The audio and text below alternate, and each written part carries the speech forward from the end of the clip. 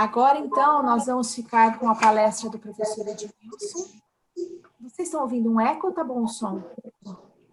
Estou... Tem eco? Tá bom. Melhorou? Tá Deu bom. para ouvir o que eu falei sobre o agradecimento? Sim. Wesley, deu para ouvir bem? Deu? Ah, ok. Então, vamos continuar.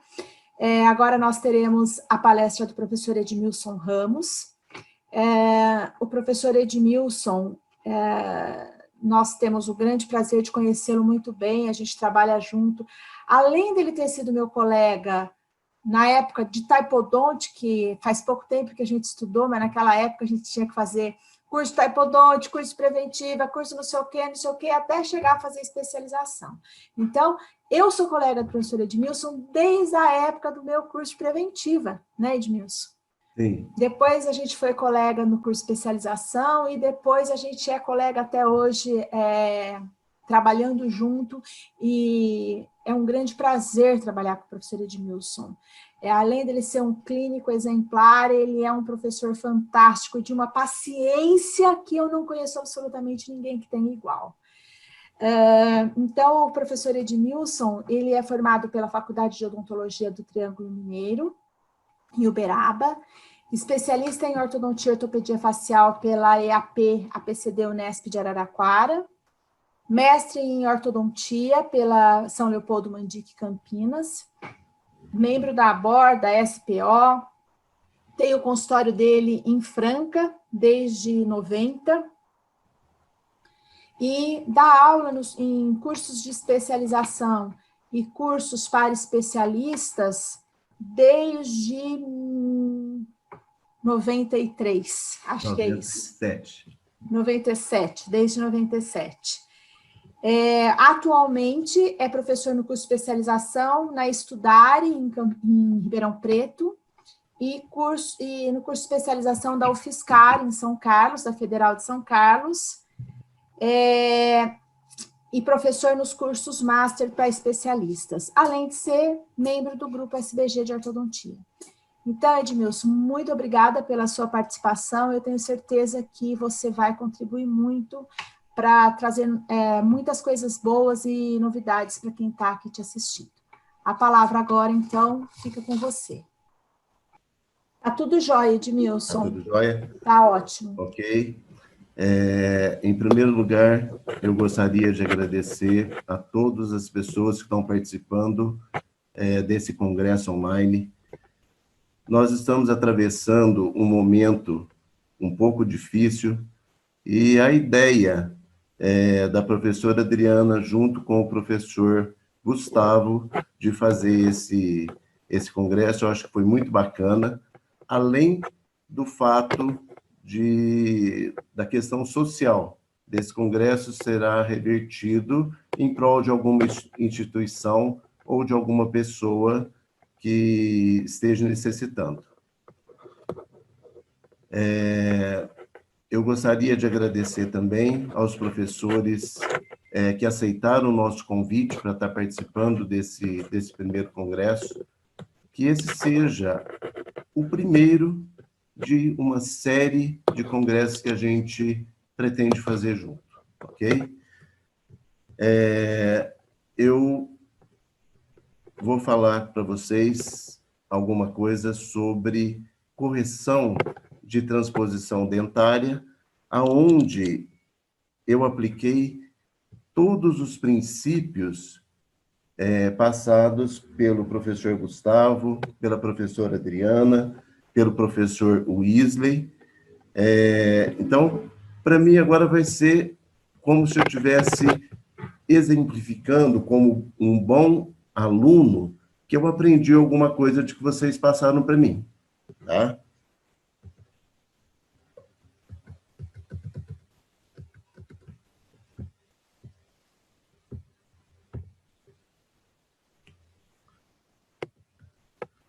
Agradeço a todos. Ok.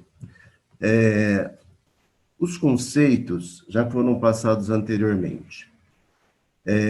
Esse paciente, me procurou, não com essa idade que está aparecendo aí na tela para vocês, de 7 anos e 4 meses. Esse paciente tem um histórico anterior de ortodontia, onde o colega que atendia esse paciente me passou essas fotos. Agradeço a colega que me passou essas fotos. O paciente procurou a colega para fazer a correção dessa mordida cruzada anterior. E a colega pediu a documentação e ela foi surpreendida com essa imagem, onde os germes de pré-molares superiores do lado esquerdo e do canino estavam em posições erradas, tá? Aqui eu tenho o dente 25, aqui eu tenho o dente 23 e aqui eu tenho o dente 24. Tudo invertido, ok? O que fazer nesse momento? Essa foi a pergunta. A colega me ligou, falou, olha essa radiografia. Eu disse, fazer o quê agora? Simplesmente acompanhar e, no momento oportuno, fazer o tratamento. Foi o que foi realizado. Foi pedido também uma tomografia,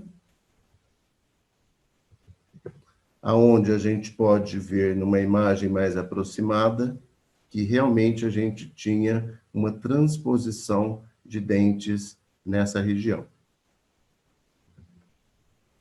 Numa imagem tridimensional, a gente pode observar aqui ó, o dente 22, aqui o dente 24 e aqui o dente canino descido, primeiro molarzinho descido e segundo molarzinho descido, tá?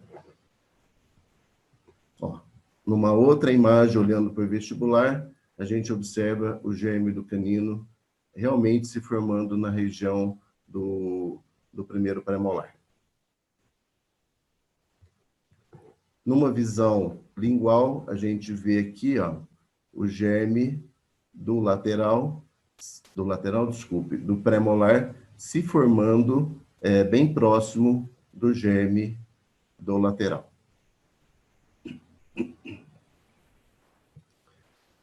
Numa outra imagem mais aproximada, a gente pode observar aqui, ó, o dente 22, o dente 24 se formando por lingual em relação ao 22, tá? E o dente 23 se formando pela vestibular em relação ao dente 24. Esse paciente, ele foi acompanhado durante algum tempo. A colega fez o tratamento preventivo e depois encaminhou o paciente para que eu fizesse esse acompanhamento. Aquela documentação foi 2009. Aqui a gente está em julho de 2011, tá?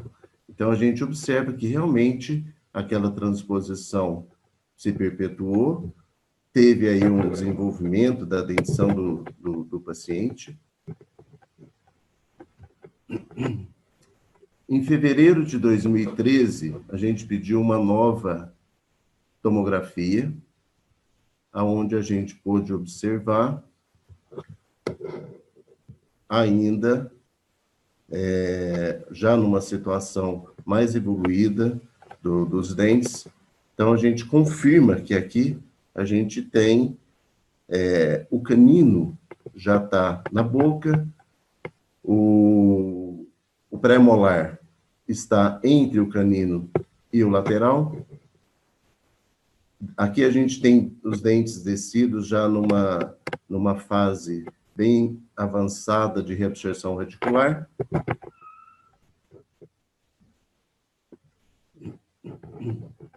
E aqui a gente consegue observar o posicionamento do premolar pela palatina, tá?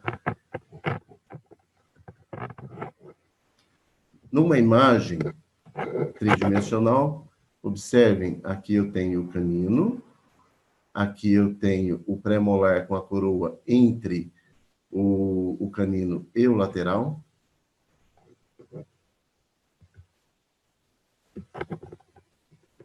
Aqui eu tenho o lateral e o canino, pela vista vestibular.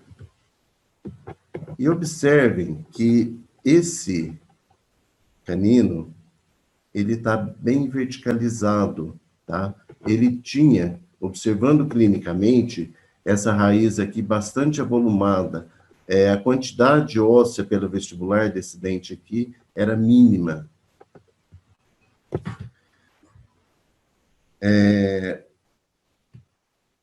Pela evolução do caso, eu pedi nessa época também uma documentação para que eu pudesse fazer uma avaliação mais detalhada do caso.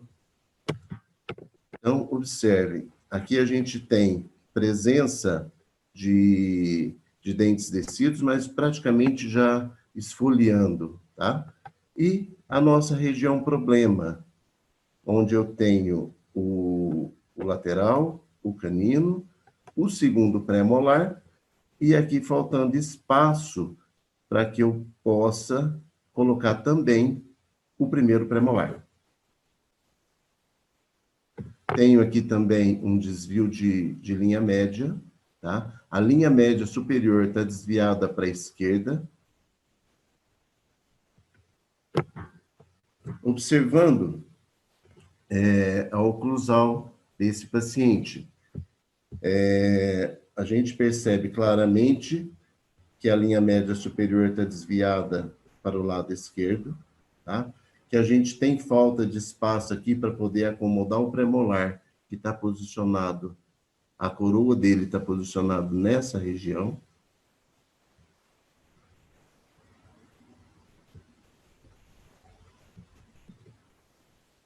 Aqui eu tenho a radiografia que foi feita junto com a documentação, mostrando exatamente o que a gente viu na tomografia.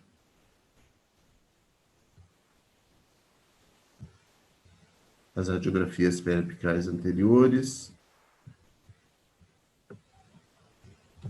A teleradiografia. Observem que esse paciente, ele tem alguma compensação dentária, né, que era de se esperar que tivesse, porque aquele cruzamento anterior que ele tinha aos 7 anos, ele foi corrigido por vestibularização de incisivos. Então, a gente observa que a gente tem os incisivos um pouco vestibularizados.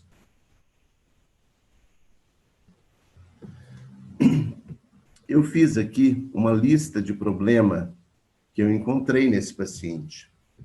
Então, eu tinha a parte dentária molar em uma relação de classe 1, mas a parte esquelética desse paciente, ele estava numa relação de classe 3. A gente tinha diastema entre os incisivos superiores, o 24 estava erupcionando por palatina, faltava espaço para esse dente erupcionar. O dente 23, ele estava extruído nesse momento em relação aos demais dentes da arcada superior, e a raiz dele estava bem vestibularizada. A linha média superior desviada para a esquerda, tinha giro em alguns dentes, no 22, 23, 25, 32 e 35.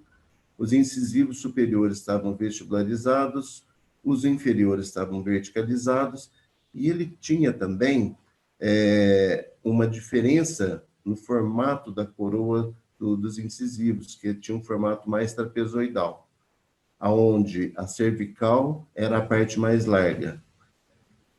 Isso geralmente é um problema se a gente, às vezes, não alerta o paciente no início do tratamento. Por quê? Quando você está finalizando o caso, você tem o contato na cervical do dente, mas a incisal, ela não toca perfeitamente. E aí o paciente, às vezes, começa a te cobrar que ele quer que tenha toque nessa região. E a gente sabe que isso não vai acontecer.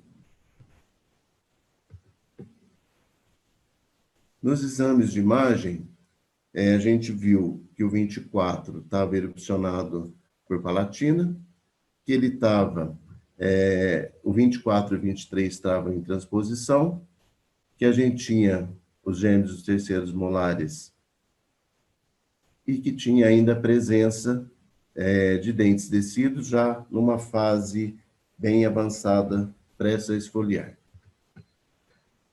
Tá. O que eu planejei para esse caso? A mecânica para correção de cada caso, ela deve ser individualizada. A gente deve tratar cada caso individualmente, não tratar todos os casos de uma forma só, como se fosse uma receita de bolo, tá? Então, é justamente com essa mecânica individualizada que a gente minimiza os riscos e os efeitos colaterais. Então, eu pensei em fazer alinhamento e nivelamento.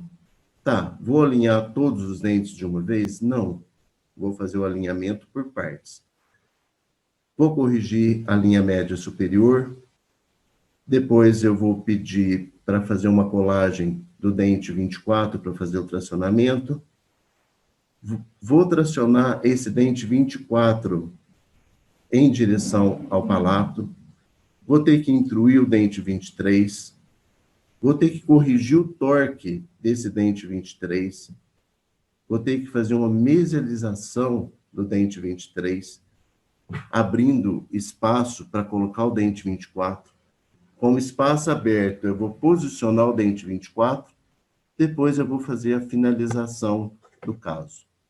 E, depois de finalizado, se o paciente achar necessário, aí ele vai fazer uma cosmética naqueles incisivos superiores.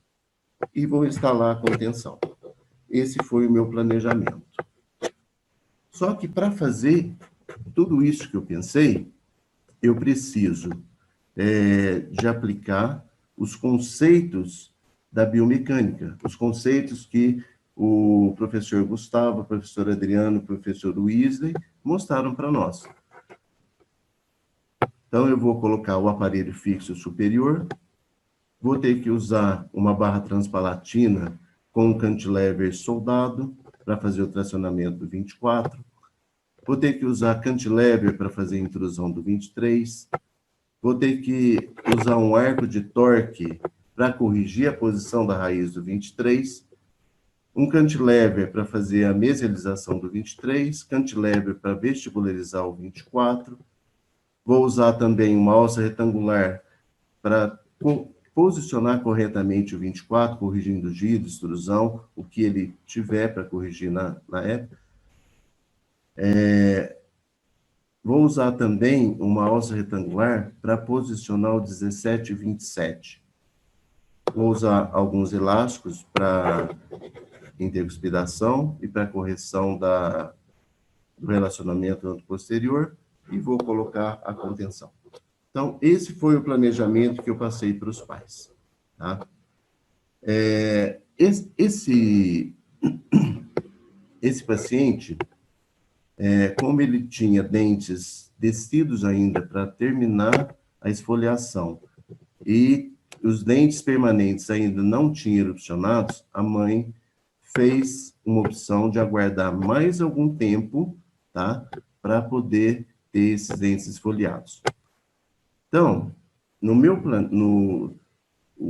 meu tratamento com esse paciente começou em janeiro de 2014, aonde eu não tenho a imagem da colocação inicial do aparelho aqui para mostrar para vocês, tá? Mas o que foi colocado aqui? foi colocado banda, aqui com um tubo triplo e tubo lingual nos molares, e foi colocado um bracket convencional nos demais dentes.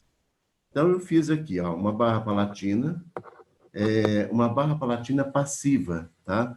A barra palatina, se eu trabalho com ela passiva, eu vou usar um fio mais grosso, eu vou usar um fio 0,9 ou um ponto 0,36 de polegada, de aço, tá? Agora, se eu preciso trabalhar com ela de forma ativa, eu uso um fio mais fino, que seria um 0,8. Então, olha aqui, ó, montei o aparelho na parte superior, conforme vocês podem ver pela minha radiografia, tá? Então, esses primeiros meses, de janeiro até agosto, eu fiz o alinhamento dos dentes superiores. Apesar do canino já estar na boca, tinha espaço mais do que suficiente para poder colocar braquete no canino. Vocês podem observar que eu não coloquei nenhum braquete no canino, tá? Então, o que eu fiz? Primeiro, eu alinhei os dentes superiores, que eram possíveis, fechei espaço entre os dentes superiores, criei espaço nessa região para que eu pudesse pedir a cirurgia de colagem para tracionamento do 24. Para fazer esse tracionamento do 24, ó, o 24 está nessa região, tá? Eu soldei naquela barra transpalatina que eu já tinha confeccionado um fio mais fino, que é esse fiozinho aqui, ó. Esse é um fio 0,18 de aço, tá? Como eu estou trabalhando com aço, para que eu tenha mais flexibilidade, é importante que eu acrescente uma virola nessa região, tá? Eu preciso fazer dois tipos de movimento. Eu preciso tirar o premolar que está nessa região. Eu preciso jogar o premolar para a palatina e preciso jogar o premolar para a distal.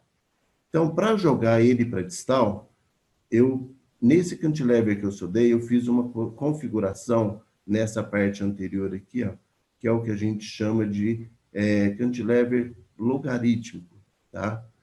E fiz também uma ativação jogando o cantilever para a lingual, tá? O que eu usei de força aqui? Eu ativei também para fazer a extrusão, para que o dente viesse para o palato. Eu usei 25 gramas para a extrusão, para a lingualização eu usei 50 gramas, e para a distalização eu usei outras 50 gramas, tá? É importante que a gente use corretamente um aparelho de medição, um aparelho tipo Correx, para poder fazer a mensuração dessas forças, tá? Ó. Então, clinicamente, em fevereiro, aquela imagem que eu mostrei para vocês, da radiografia, foi em agosto. Em fevereiro, eu tinha esses dentes nessa posição. Eu tinha os dentes com a linha média corrigida, aqueles espaços corrigidos na região anterior. Observe que agora eu tenho espaço aqui, ó, entre o canino e o lateral, tá? Então, aqui, ó, eu já tenho o dente distalizado e lingualizado, tá? Agora, nesse momento, eu coloquei uma peça no canino e eu vou começar a trabalhar esse canino.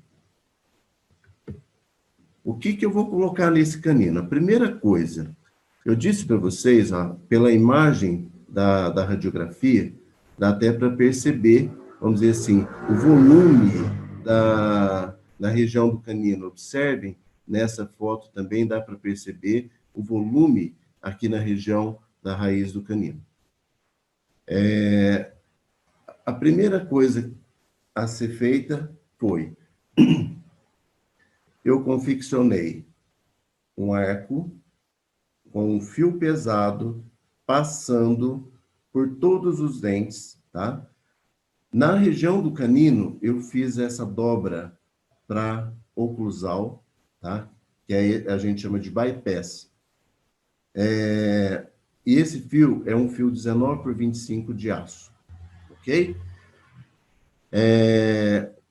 E aqui eu tenho o meu arco de torque, que é um cantilever longo, ele é encaixado aqui no braquete do canino, ele contorna toda a região anterior e é amarrado do lado oposto.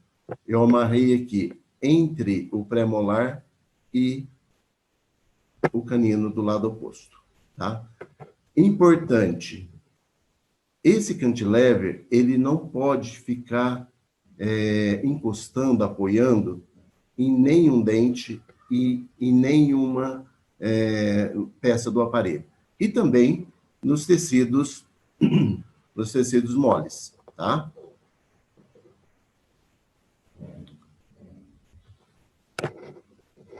Importante, aquele bypass que eu fiz na região do canino, ele precisa tocar na vestibular do canino e também, se possível, ficar tocando na peça aqui também.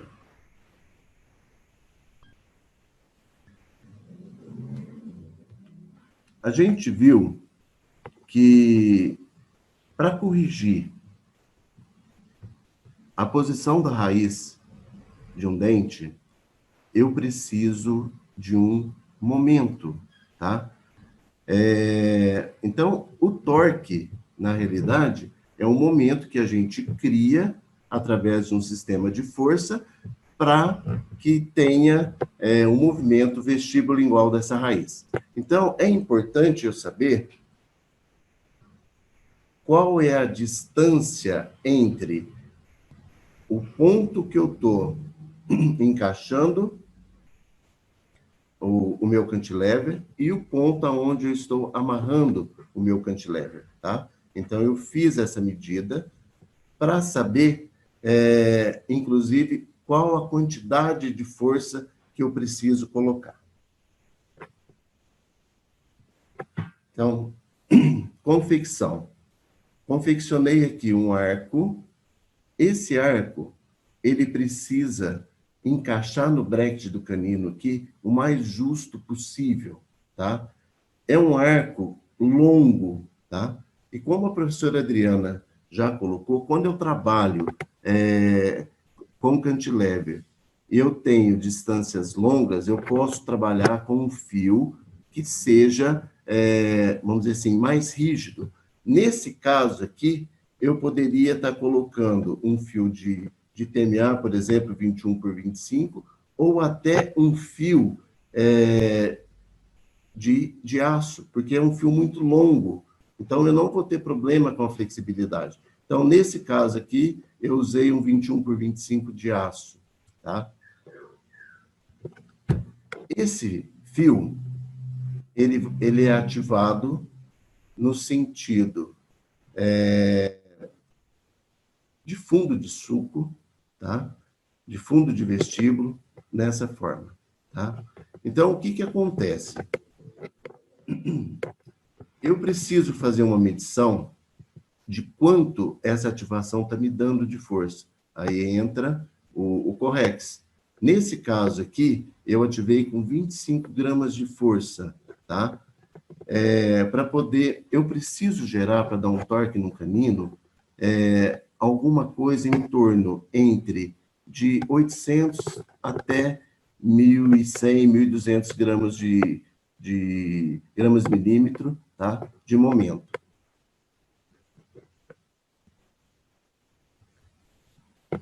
Então, o que acontece aqui, ó?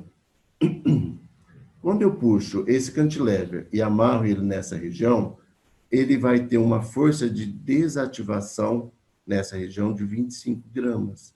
E aqui no canino, ele vai ter uma força no sentido contrário, também de 25 gramas.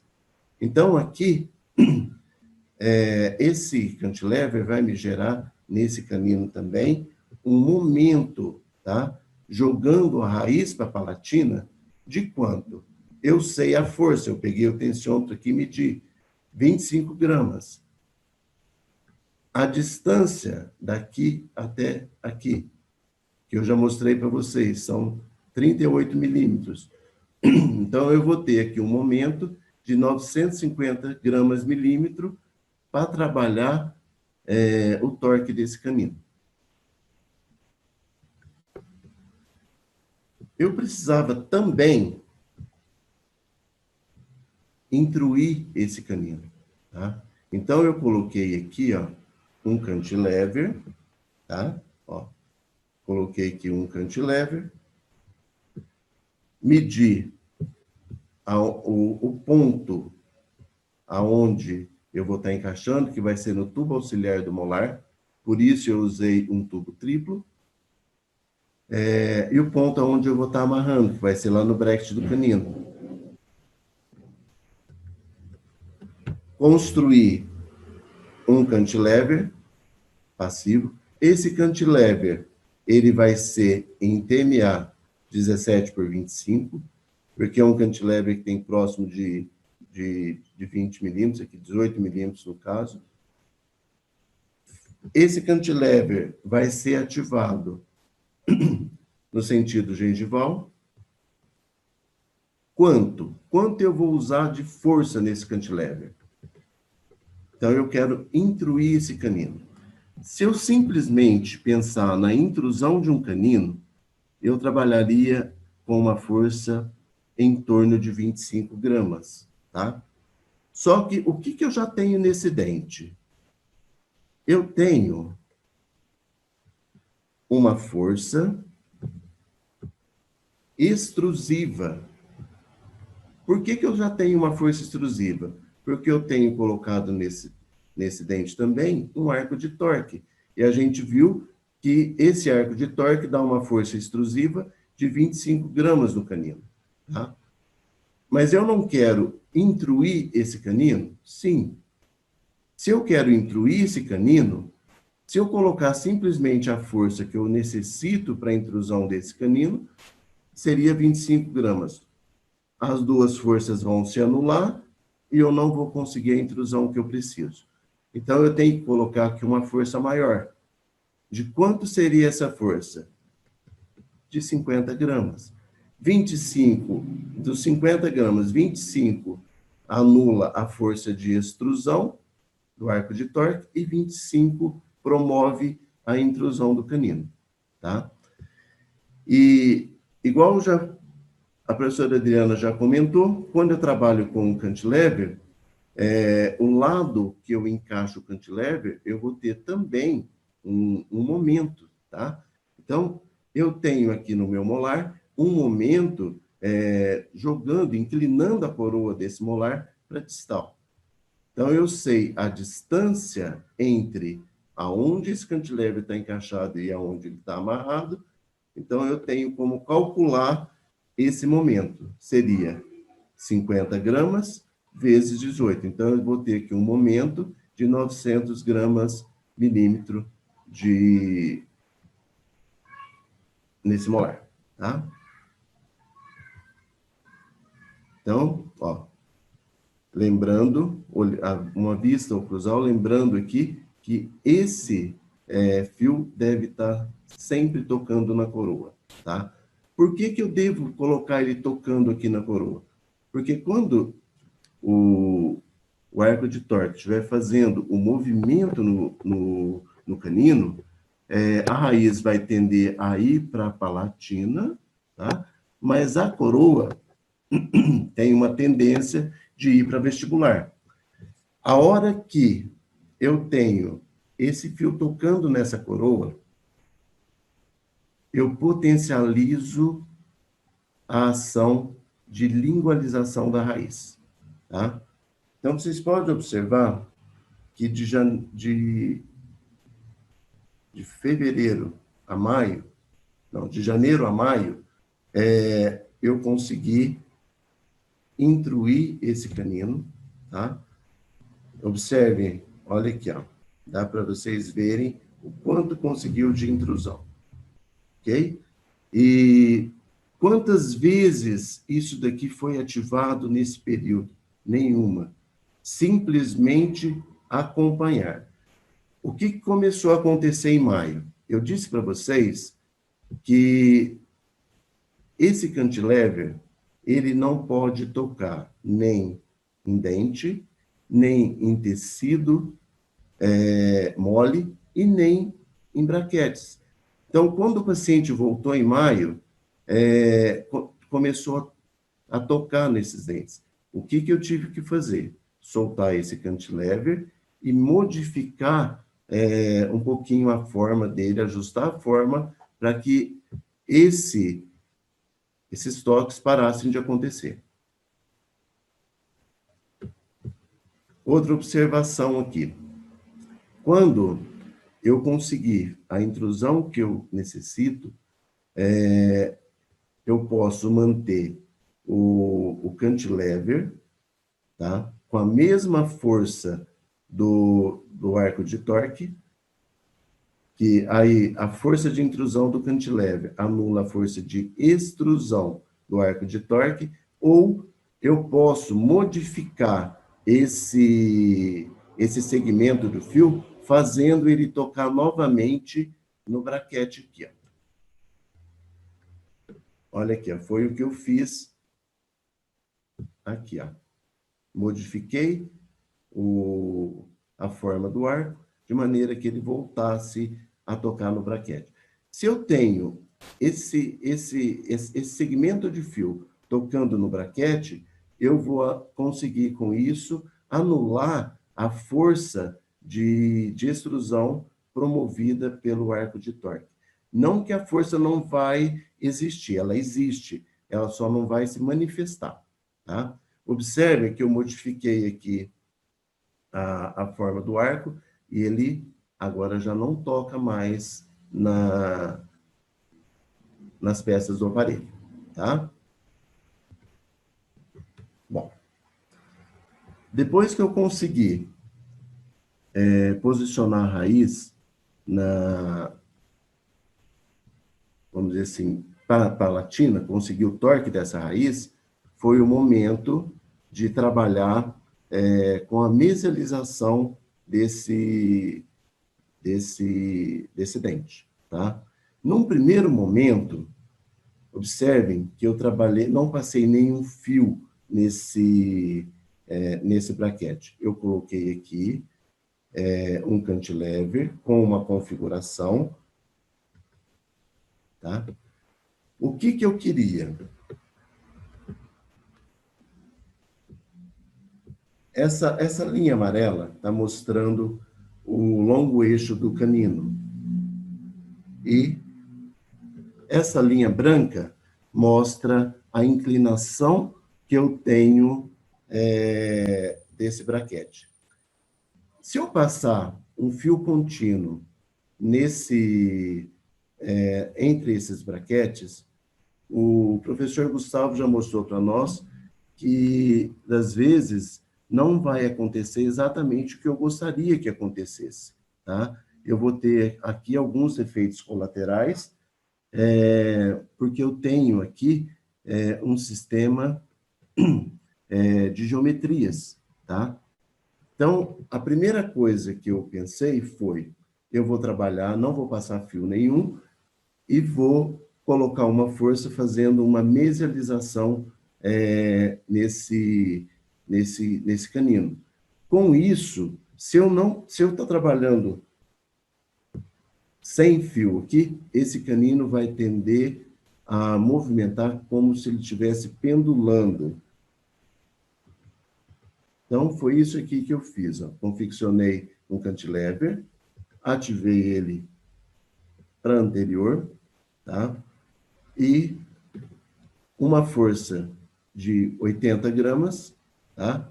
Então, o que vai acontecer com esse dente? Ele vai mesializar, só que a coroa vai vir pendulando para o anterior, ou seja, como eu estou passando uma força fora do centro de resistência, que o centro de resistência do canino estaria mais acima aqui, eu vou promover aqui um momento nesse canino, além da mesialização. Tá? Na sequência, eu modifiquei a forma do cantilever. Por quê? Porque tem pacientes que, às vezes, reclamam dessa virola que tem nesse cantilever aqui. Reclama que, às vezes, fica pegando no lábio. E esse paciente fez essa reclamação. Então, o que eu fiz? Eu modifiquei a forma do cantilever, tá? Fiz aqui um cantilever, que a gente chama de cantilever logarítmico. Observem que depois que o dente pendulou para mesial, eu tenho aqui o meu slot, tá? Paralelo com os outros slots. Então, eu coloquei aqui um fiozinho redondo, 0,16, para servir de guia para esse canino.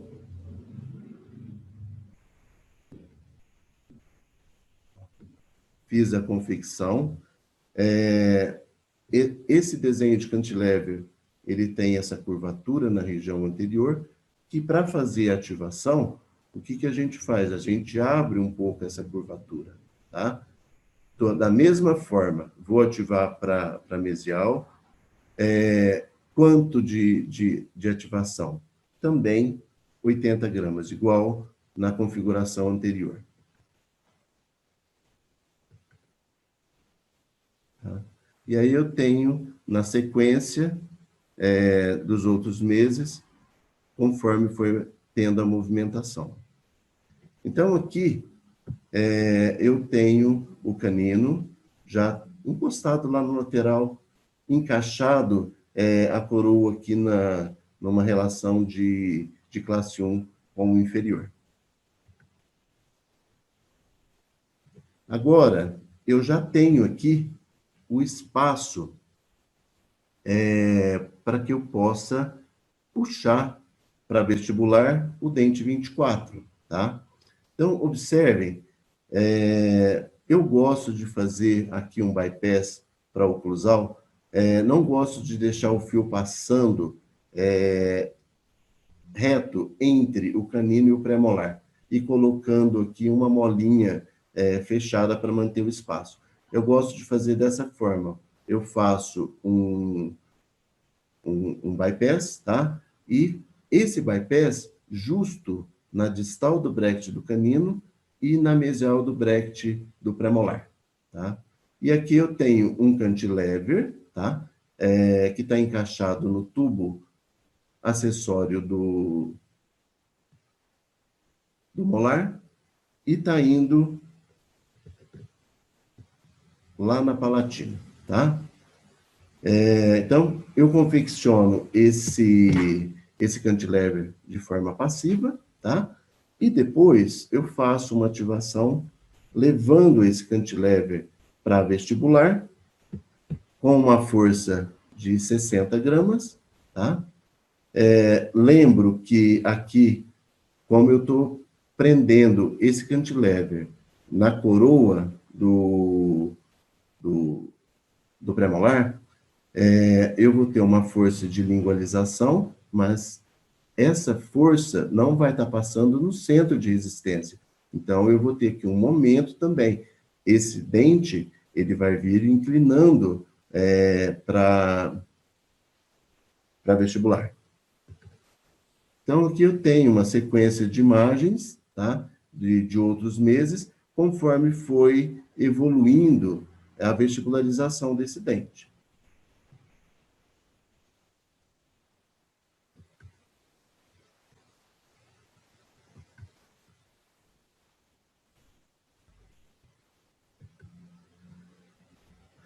Observe que ele já está quase na posição.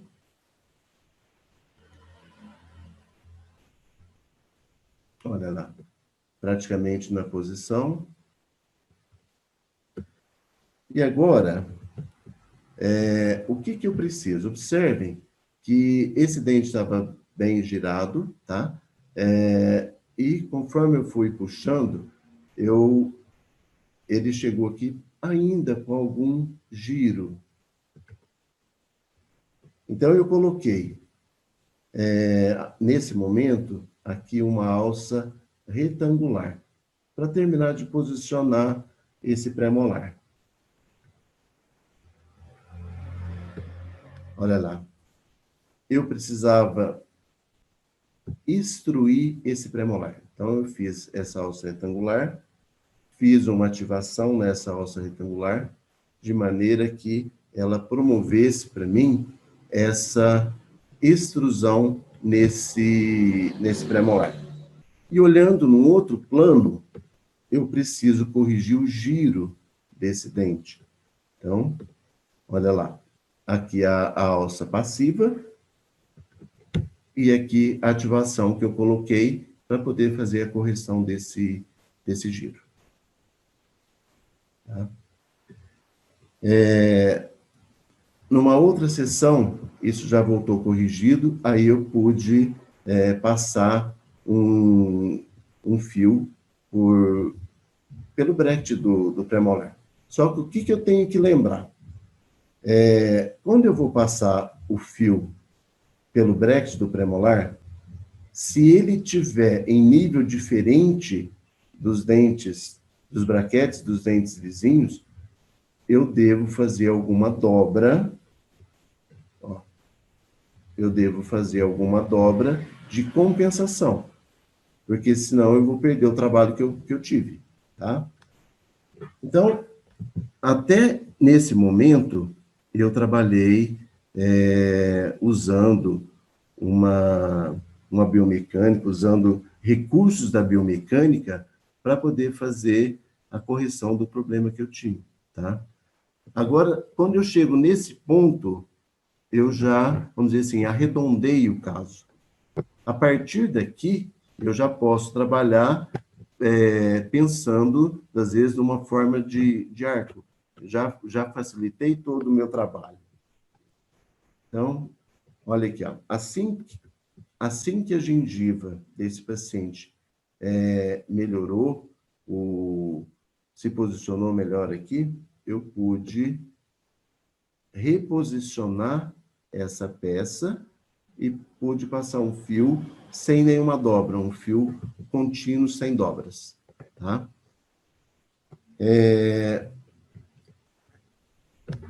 Eu estou usando aqui, agora,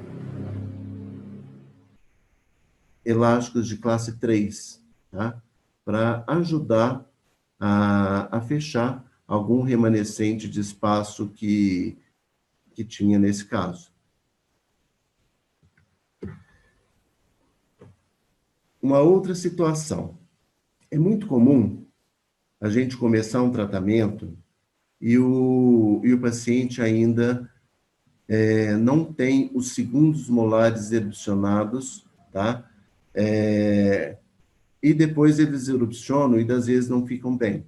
Eu tenho usado esse tipo de mecânica para poder posicionar os segundos molares, tá? Às vezes eu uso aqui uma alça retangular, tá? Para poder terminar de fazer o posicionamento deles.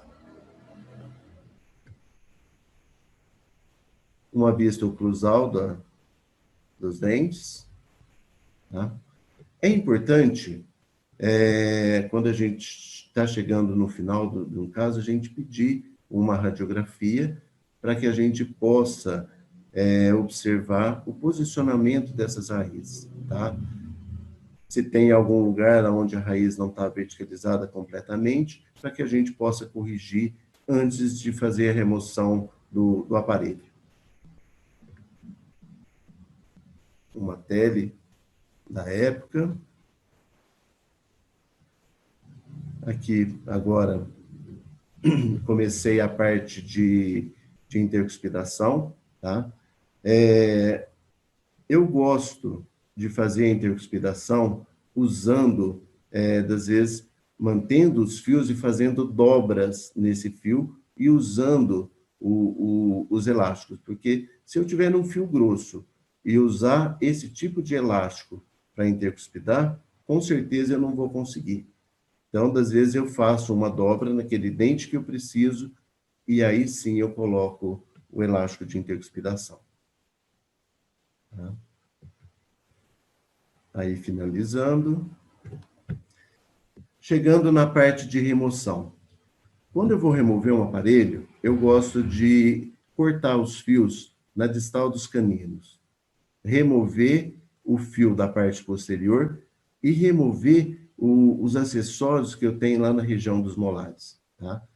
Por quê? Quando eu removo as bandas, eu fico aqui com um espaço mínimo, verdade, mas um espaço que, às vezes, pode ficar acumulando alimento se eu já remover e colocar o aparelho de contenção imediato. Então, num mês, eu corto os fios, removo as bandas e faço um conjugado de pré a pré-molar, tá? Esse conjugado é com o objetivo de manter o pré na posição, não deixar ele ir para a distal, tá? Nem no superior, nem no inferior. Então, a acomodação desses dentes para poder fechar o espaço vai acontecer aqui entre os molares, às vezes até por mesialização. Tá? No mês seguinte, eu faço a moldagem e com o aparelho de contenção na mão, eu vou fazer a remoção do aparelho. E fazer a instalação de contenções. Tá? A barra 33 no inferior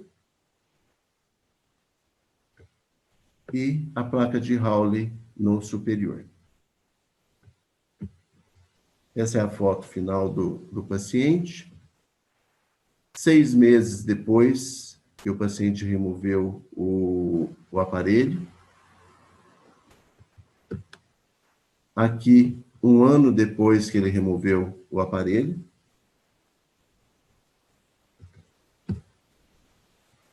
Pessoal, é isso que eu queria mostrar para vocês. Muito obrigado pela paciência. Tá? Eu sei que vocês já estão com fome. Então, agora é hora de almoçar. Tá?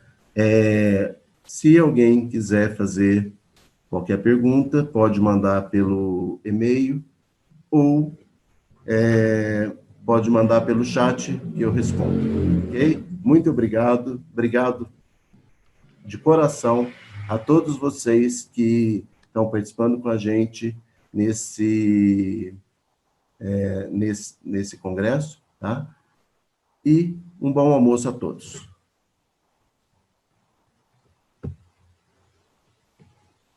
Edmilson, muito obrigada por sua apresentação.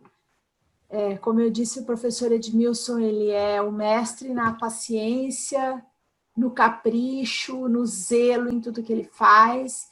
Então, com todos os detalhes que você conseguiu mostrar nesse caso, com certeza o que eu falei, o que o Gustavo falou e o que o Isley falou foi se completando e as pessoas conseguindo visualizar muito bem como aplicar as ideias num determinado caso clínico. Então, muito obrigada, Edmilson. Nós vamos agora dar o intervalo para o almoço. Às 13h30, em ponto, nós estaremos de volta para dar continuidade às nossas palestras. Muito obrigada. Obrigado, Adriana, pelas palavras e bom almoço a todos.